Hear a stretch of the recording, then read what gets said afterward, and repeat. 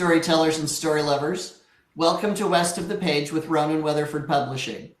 This is the place where authors open up, ideas unfold, and the indie spirit writes its own story. I'm Lindsay Flanagan, author, editor, and publisher. I'm Stacey Gonzalez, the social media manager. I'm Janae Thornton, executive editor. I'm Alan Smith, director of sales and marketing. And I'm Sabina Berlin, author, editor, and publisher. In today's episode, we're talking to John Gilstrap, the New York Times bestselling author of award-winning action thrillers, including the Jonathan Grave and Victoria Emerson series. His books have been translated into more than 20 languages, and his accolades include the International Thriller Writers Award for Against All Enemies and the ALA Alex Award for Nathan's Run, which was optioned for film by Warner Brothers. His new story, Distilled Crazy, is featured in the forthcoming anthology Rough Country, edited by Revis Wortham and published by Roan Weatherford Publishing. Welcome to West of the Page, John. I'm happy to be at West of the Page. Well, tell us a little bit about Distilled Crazy. As luck would have it, my great-grandfather was a Deputy U.S. Marshal, Isaac Lincoln Gilstrap, who was killed in the line of duty in Oklahoma Indian Territory in 1906. And he's been a part of my life. Of course, I never knew him. I actually never knew my grandfather either. But I have his gun, the pistol that he carried with him, and it's on display in my house. And I had an opportunity we were driving from Texas to Indianapolis, don't ask, which takes us right through the part of Oklahoma where Ike was killed. And I went out and I found his grave, and it was sort of an emotional experience, to be honest with you, to have that connection to the past. So when I heard about this project and, honoring the U.S. Marshals, I thought, okay, I mean, I know that he was killed by the Wycliffe gang, that he was ambushed and killed. So I got this idea of a purely fictionalized prequel of what led to his murder. And that's kind of where the story came from. That is incredible.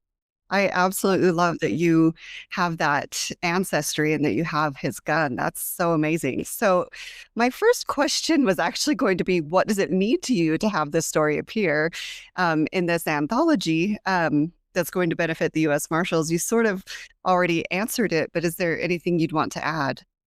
Well, yeah. I mean, I was an emergency responder for almost 16 years. I was a firefighter and EMT. And, there's I was going to say brotherhood, community, I guess, of emergency responders is still very close to me. And I have nothing but respect for those who do what they do. I mean, whether it's the marshals or the local cop down the street. But it was the tie to my great-grandfather was it felt serendipitous to me. So my next question was actually going to be, what draws you to writing Western law enforcement settings? But I guess we kind of covered that. But have you? Well, this is actually one of one for me. I don't. I write books that are set out west at times, but it's purely happenstance. I don't write about that part of the country. So this is kind of a one-off for me. The Distilled Crazy, and I don't outline. So the story just kind of unfolded and started to get kind of crazy. I mean, there's one character in there who's just kind of a nut job, and I had a great time writing it.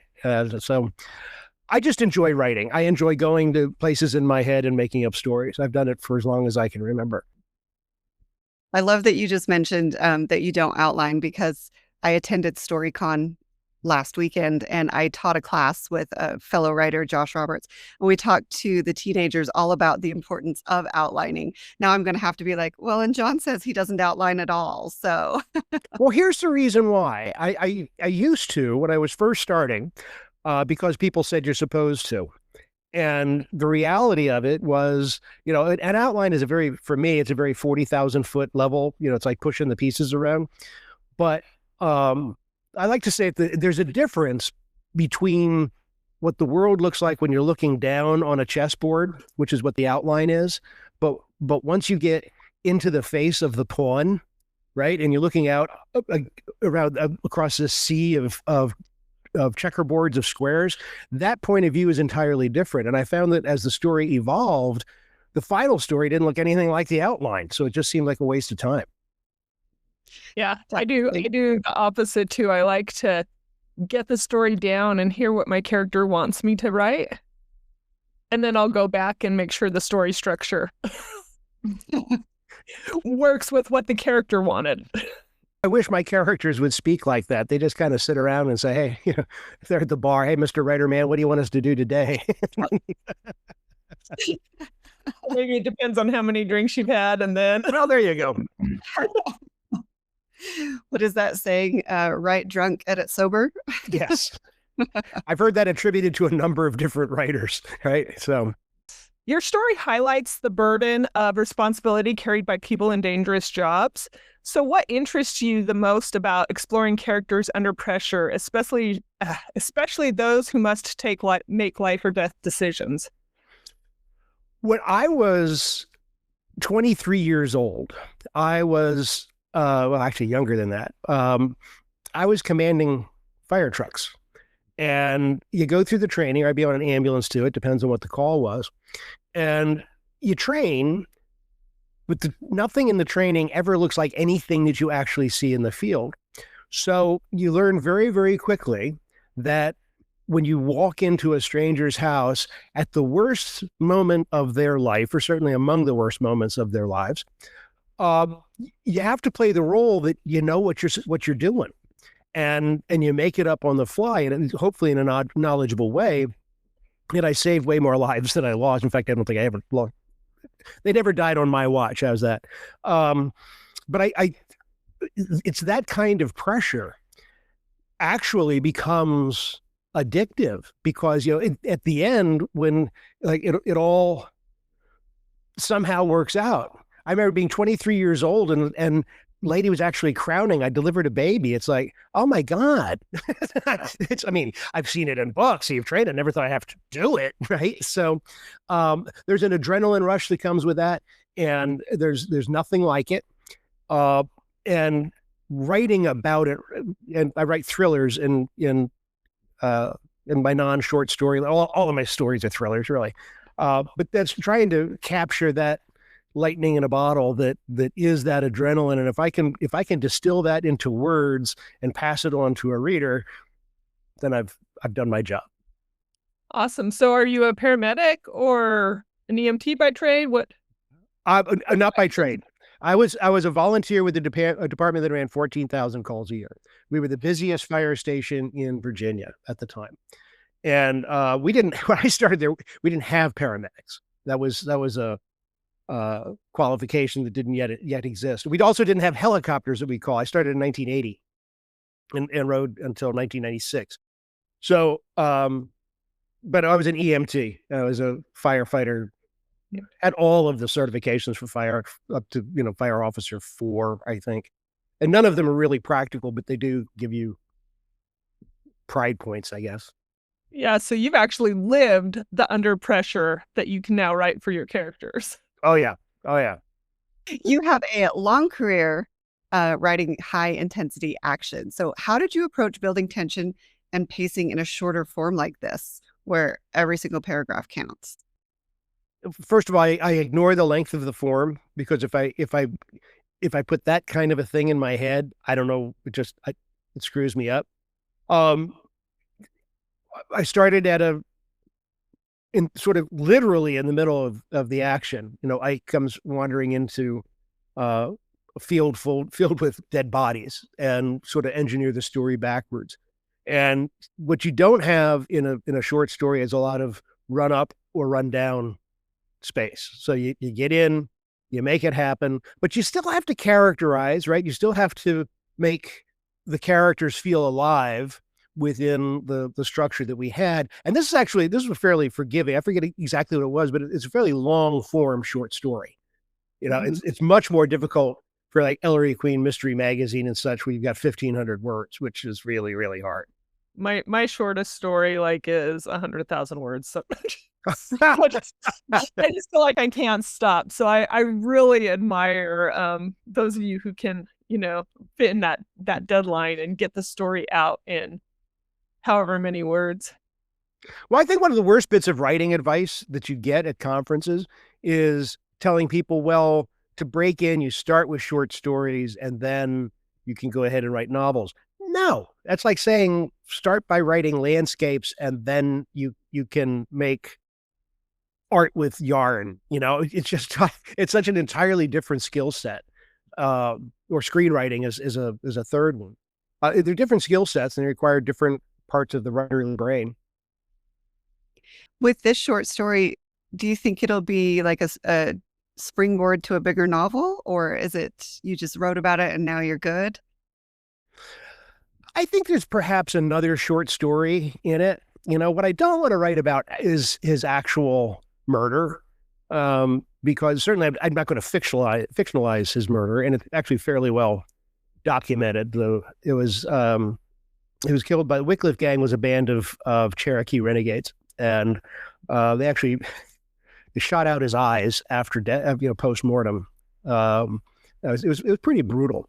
And my great grandmother, according to this isn't in the reports, but it's according to family lore, she had to drive out and pick him up and then drive him back to the to get him buried, which had to be just people were tough back then, really, really tough.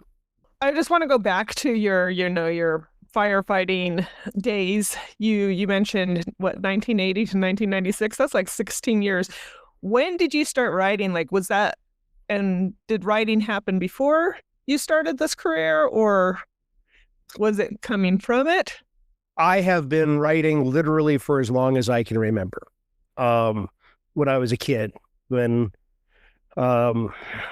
it's some kids collect baseball cards. I would write stories. I was just a nerd that way. I was a voracious reader, and there's something about the escape of writing that I always enjoyed. I've got hundreds of short stories from when I was little. A lot of them are, quite honestly, early on, they're duplicative of what I just saw, and then I sort of write the novelization of it, right, or the short storyization of it.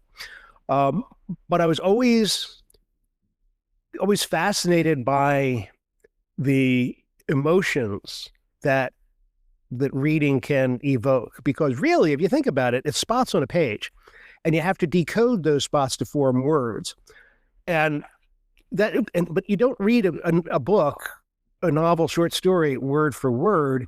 You read pictures, and when it works, they're not spots on the page at all. It's a running picture that you're reading, and that's the part that has always fascinated me. That's the secret sauce that makes a successful writer successful, is the ability to get readers into that point, and it's all engineered, right? I mean, it's none of it happens by accident.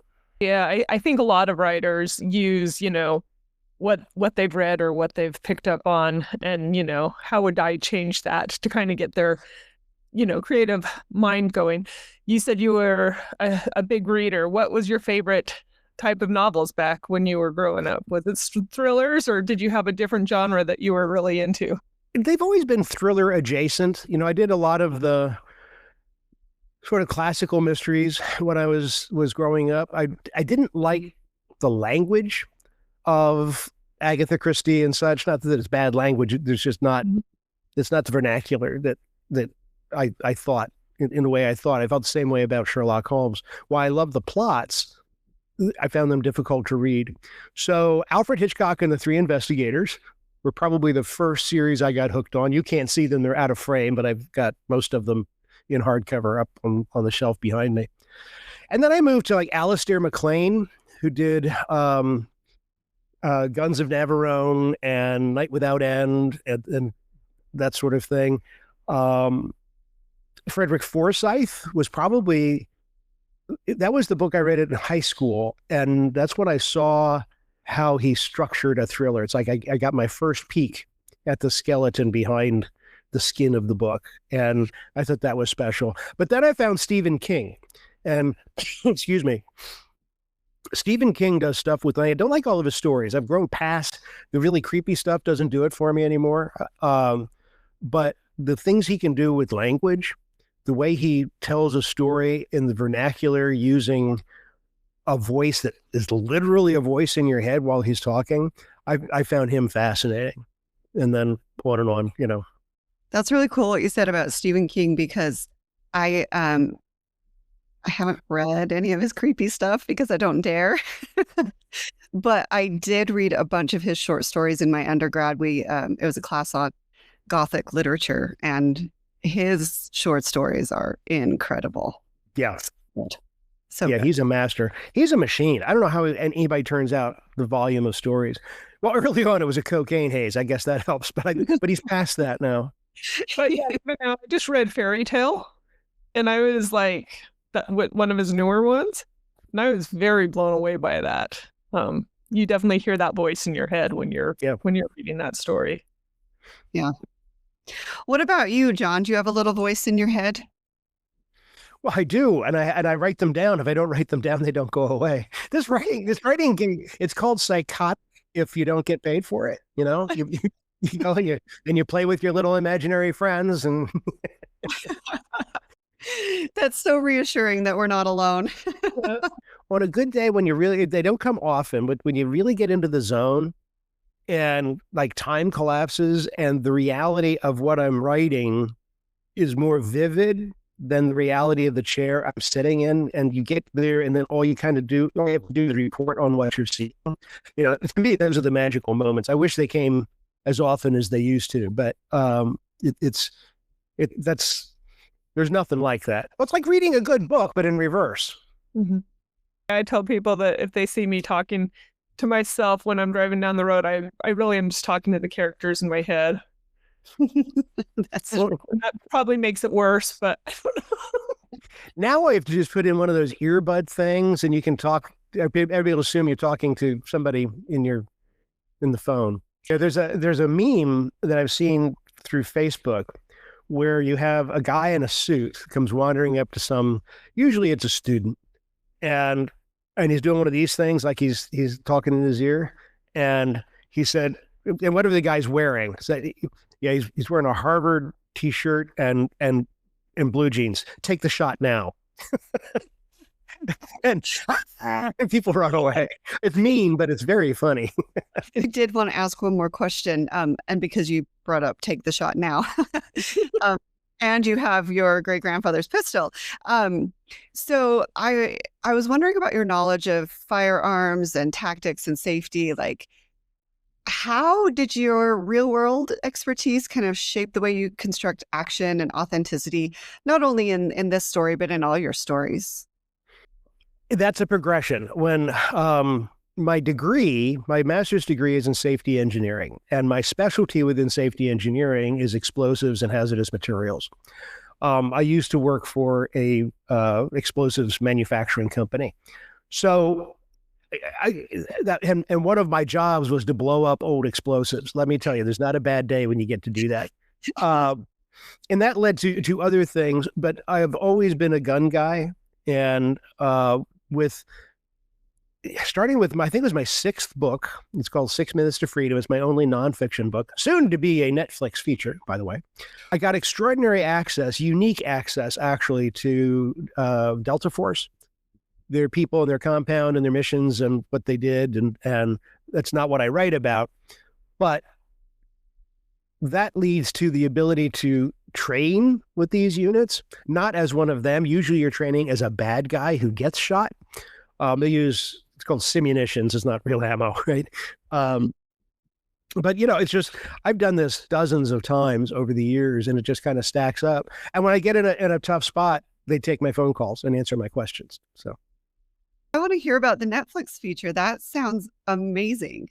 It's just been assigned the dream director, but I can't tell you who it is. Netflix is funny that way. So they until it's announced in Hollywood Reporter and in Variety, I'm not allowed to tell anybody. But it's going to be like a $75-80 million movie, which is a lot. It tells a story of a fellow named Kurt Muse, who's a co-author of the book, who was he ran a resistance radio network against Manuel Noriega in the late 80s. And he and a bunch of Panama City Rotarians. They were all Panamanian. Kurt grew up on the economy. His dad had a business there, but he's an American citizen, but not part of the Canal Zone. And he looks very, very Panamanian. He's about 6'4". He's got, you don't get blonder hair than him. You know, enough of their friends got murdered by Noriega that they decided to take this risk and run the radio network. And Kurt got betrayed and arrested. And when that happened, his whole family had to flee the country, else they would get arrested. And that included his 15-year-old daughter and 12-year-old son, who had to flee alone because their mom was tending to her sick mother. But all of his extended family, his parents and his brother and sister, had no idea what he was doing. So they all got rousted. And then ultimately, there's a lot involved in the story, but ultimately he was rescued by Delta Force in the opening moments of Operation Just Cause, which is Liberation of Panama. And the helicopter was shot down twice, and there's a shootout in the street. This is all nonfiction, right? And so it's been under various options now for probably 15 years, but now it's finally breaking through, and they're going to make it. That sounds so good. I mean, I already know that my husband and I are going to have to watch it. Sounds just like something he'd want to watch. So definitely, it's an exciting story. 6 Minutes to Freedom. 6 It's minutes. available in bookstores near you before the movie comes out. Excuse me, I just wanted to talk to the audience for a moment, but now none. You got to read the book first, always. If you follow my Facebook page, which is John Gilstrap Author, trust me, I will not be quiet about this when I can finally make the announcement. Where can readers learn more about you? Your Facebook page? JohnGilstrap.com is a good place to start, and you get to any other place that's important from JohnGilstrap.com.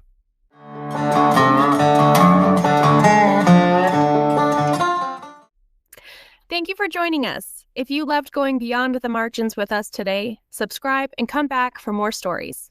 Keep reading, keep writing, and we'll see you next time on West of the Page.